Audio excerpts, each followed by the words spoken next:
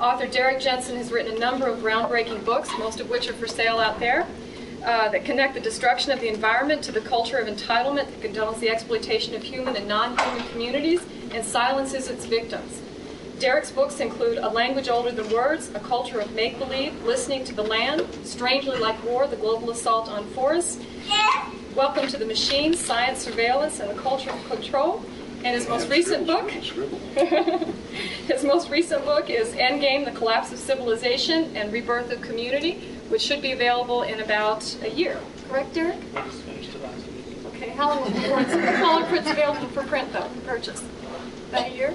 Oh, well, because they can find a publisher a year. Okay. I mean, it's about taking down civilization, so I don't think Random House is going to jump on it. Well, that's just their loss. Ask me when he finished this week. And we are also privileged to be joined by Ward Churchill, Chair of the Department of Ethnic Studies at CU Boulder and one of the country's most important scholars chronicling the devastating impacts of the settler state on indigenous peoples in the United States and elsewhere. Ward's books include Marxism and Native Americans, Fantasies of the Master Race, Struggle for the Land, Agents of Oppression, Since Predator Came, and A Little Matter of Genocide, Holocaust, and Denial in the Americas. Please join me in welcoming Derrick and Ward.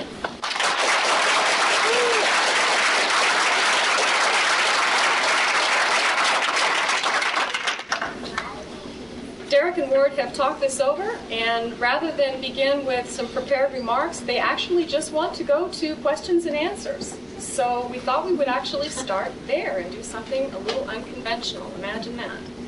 And anti-academic, you bet. So, questions. How many of you have questions? I got a question. When did each of you begin writing? I mean, gosh, talk about prolific. By that, Books. yeah, okay. Second grade, I was right? going to say, I don't know, I was 23, 24 before I could spell my name, but 83 was the first book. I don't know. I guess I started, I guess my first book was probably 94, and my first really good book was probably 97. So that would make me 36 then. Age-wise, I guess I would have been about the same. So. And that, yes, it means I'm older than him. Okay. What we thought we'd do was just stare at you intently until we okay? We could do this like John Cage presentation, extend 4 minutes and 57 seconds of silence into eternity. But The hand over there. yeah, fire away.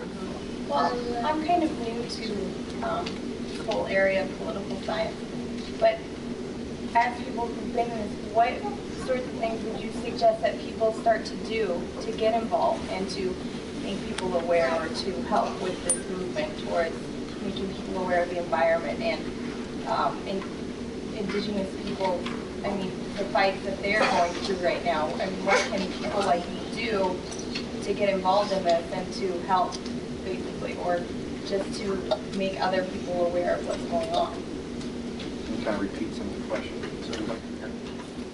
Want to take that one first? Yeah, But you actually, need to repeat some of them. well, one of the question was, what can people do? I mean, especially people who are new to all this. What can they do to ally themselves with indigenous struggles to stop the depredations of the dominant culture? Is that a fair? Okay, I got something to start off with, Yeah, go ahead. which is that one of the great things about everything being so fucked up is that no matter where you look, there's a lot of great work to be done. And so the questions that I always ask are, what do you love, and what do you love enough to fight for, and what are your gifts? What are you good at? What are the biggest, most pressing problems that you can help to solve using the gifts that are unique to you and all the universe? So, for example, I'm a good writer, and I'm a fast writer, and that's what I do. if I were good with explosives, I would do something else. We can fix that. It's books, man. And if and so it's where your heart lies. And another thing I think is really important. I guess I got two more parts to this. One of them, another thing I think is really important, especially because there's three more parts. Especially for people who are just starting, is to first, I got this from you. One of the most important things we can do is decolonize our minds. And so I'm going to just say that and then leave it to you to talk about it, since you were the one who taught me about that, actually. Another thing we can do is it's really hard to fight the whole culture by yourself, and so it can be really helpful to find other people. The way I always say this is that I don't want to revisit Civilization is Bad 101 every time I open my mouth. So it's really important to try to find, I don't want to say community because that makes it sound like I have to live with them or something, but find comrades, or find community, find other people. Affinity. That when you say that fish are changing gender in the South Platte, that they don't go, so what? That go, okay, so what are we going to do about it?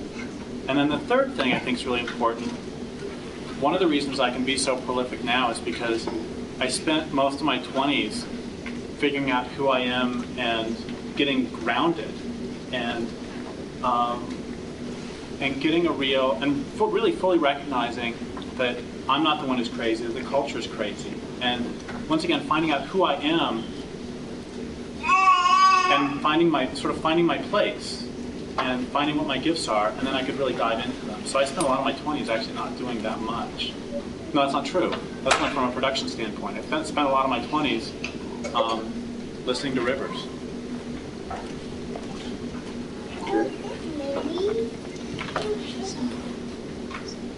I'm going to respond to that one, and then we'll drag you in kicking and screaming. I think there's a piece here. He just cited me. Now, I could go to Philip Deere, I could go to Fool's Crow, I can go to Matthew King, and I probably will before the evening's over, but I'm going to just go another direction because that's sort of what we decided we'd do, go kind of unexpected directions perhaps. So I'm going to work off a German exchange student in France in 1968 by the name of Danny Combindé, who taught me this one, although it's a much older kind of slogan, but it goes to the decolonize your mind notion. And it goes like this: be realistic, demand the impossible. You demand anything less and then compromise that, you're going to end up where you don't want to be. But also, and this is what's really fundamentally important about that statement, is if you allow that which exists that you oppose to define reality for you, the existing order, your oppressor, whether you fully understand the nature of your oppression or not, if that entity, that thing, that consensus defines reality for you, your reality will always be to be oppressed, because that's all that's real to the oppressor. So you have to redefine reality, what's realistic in terms of liberation, and that's always defined by the existing order as impossible. Be clear. Be clear. At that point of clarity, you can work out, in terms of consciousness, in an infinite number of directions, because it's all dots. All of these points of oppression and opposition all connect to one another. You cannot disconnect a system from itself and have a system, and the oppression, the nature of the oppression is systemic, both in terms of consciousness and in terms of application. But as a practical model, I'll return the compliment. I'll offer Derrick as being a, not the, but a practical model. How does it go in Frank Zappa's song? When I first met Derrick Jensen, I was not impressed. There was no reason to be. Hadn't done anything. He had an idea. He said, I want to interview, I'm doing this thing, I want to collect these interviews, I want to see how people relate these issues to one another, group to group, person to person, movement to movement. I want to put that out there so people can examine it. All right? Fine. It's a good idea. Costs me little to participate. He comes to interview me. we do an interview. Took about, what, 4 hours? It was a long one, as I recall. You had a lot of tape when you left. Then I didn't hear from him anymore. Well, that's not unusual. Fine. We had a conversation. Nothing much ventured, nothing appreciably gained for a period of time, but nothing lost either. So what? Point one, he had a project and he finished it. There's a lesson to be learned. I don't know how many projects and good ideas I've encountered that remain exactly that 20 and 30 and 35 years later. Wow, support me, I've got an idea. Okay, we'll engage a little bit, but the key is not to have the idea. The key is to do something with it, turn it into something tangible. We did, there's follow through. You heard a bunch more follow through that came as a result of that, built on that. But first of all, he actually did it. Second of all, and this impressed me, out of all the verbiage that was expended that night, he got the essence of what I was saying in the interview, did not dilute, distort, corrupt, or turn it to his own advantage. Allowed my voice to come through in its own terms. Okay, and I would assume that's true of everyone else. But from that then, there's his own evolution follow-up, because everything that's happened since then, and you can read it. You can read it in series. You can see him connecting dots and continuing to evolve and continuing to take the nature of his evolution and consciousness and make it available to other people to be applied in whatever way they can. Now we got another series of dots that we connect. That's organization, that's motion, that's movement. That's how we transcend and defeat the existing order in the first instance. It's first of all a matter of consciousness. If you can't understand the nature of your oppressor, the nature of your enemy, you can never, ever hope to defeat. So, ground floor, exemplary action.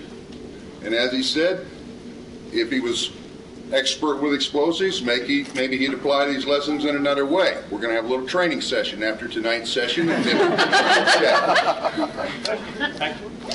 yeah, that's all I had to say. We got a question there, but do you have more on this? Yeah, I just want to say one thing about that, which is about this evolution of consciousness. Can you hear me in the back, or do we need to move this over?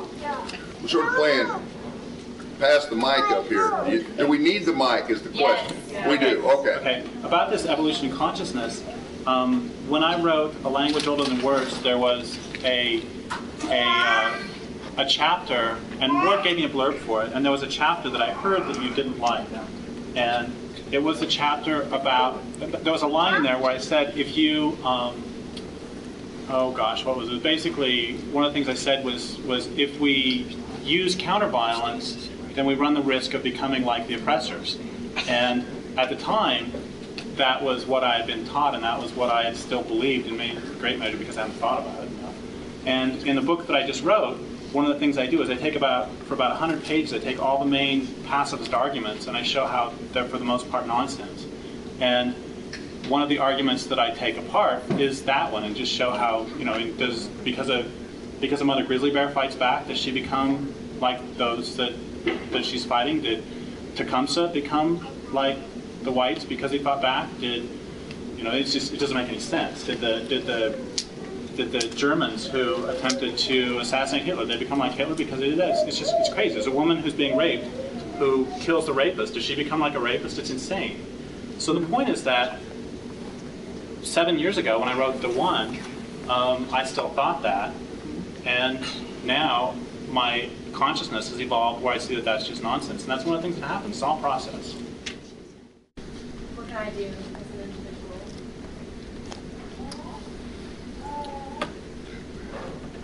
What can you do to combat it? Combat it. I mean, that's the simple answer. It's a multifaceted thing. It's a process and it's a state of mind that leads to this. You can challenge the state of mind beginning in yourself.